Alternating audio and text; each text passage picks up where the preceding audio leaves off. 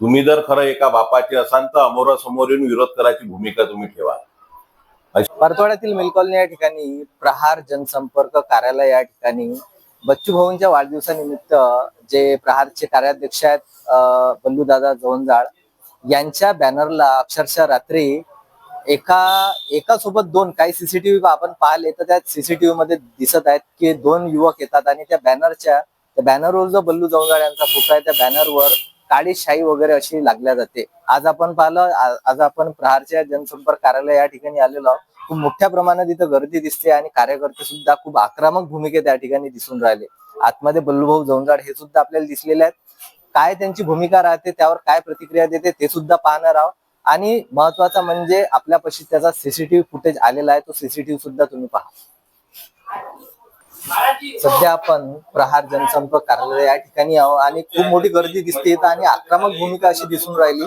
आणि काय होऊन राहिलं की काही सीसीटीव्ही फुटेज आहे त्यामध्ये दोन युवक दिसतात, ते बॅनरला काळीशाई लावण्याचा प्रयत्न करतात. नेमका काय प्रकार झाला आतापर्यंत अजून अद्यापही माहिती नाही, पण पोलीस स्टेशनचे कर्मचारी आणि ठाणेदार सुद्धा या ठिकाणी येऊन गेले. बल्लूभाऊ जवंजाळ आपल्या सोबत आहेत. बच्चू भाऊ सोबतचा तुमचा फोटो जो वाढदिवसाचा टाकलेला दिसलेला आणि रात्री पाहिलं की काही 1 वाजताच्या जवळपास सीसीटीव्ही मध्ये दिसतात दोन युवक येतात आणि तुमच्या फोटोला काळी शाई लावण्याचा प्रयत्न करतात. काय नेमकं कारण? पहिले तुम्हाला असं वाटते की हे नामर्दाची औलाद आहे आणि दोन बापाची, ज्याला दोन बाप असतील त्याची औलाद आहे. एवढी जर आमच्याबद्दल मनात राग आहे, द्वेष आहे, तुम्ही जर खरं एका बापाचे असाल तर अमोरासमोर येऊन विरोध करायची भूमिका तुम्ही ठेवा.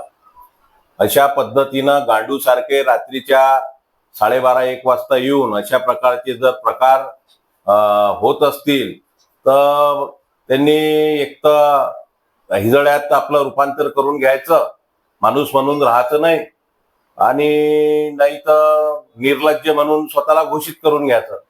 अशा पद्धतीचा जर वापर होत असल आणि याच्या मागे जर कोणी असेल तर त्याचा आम्ही तपास लावू.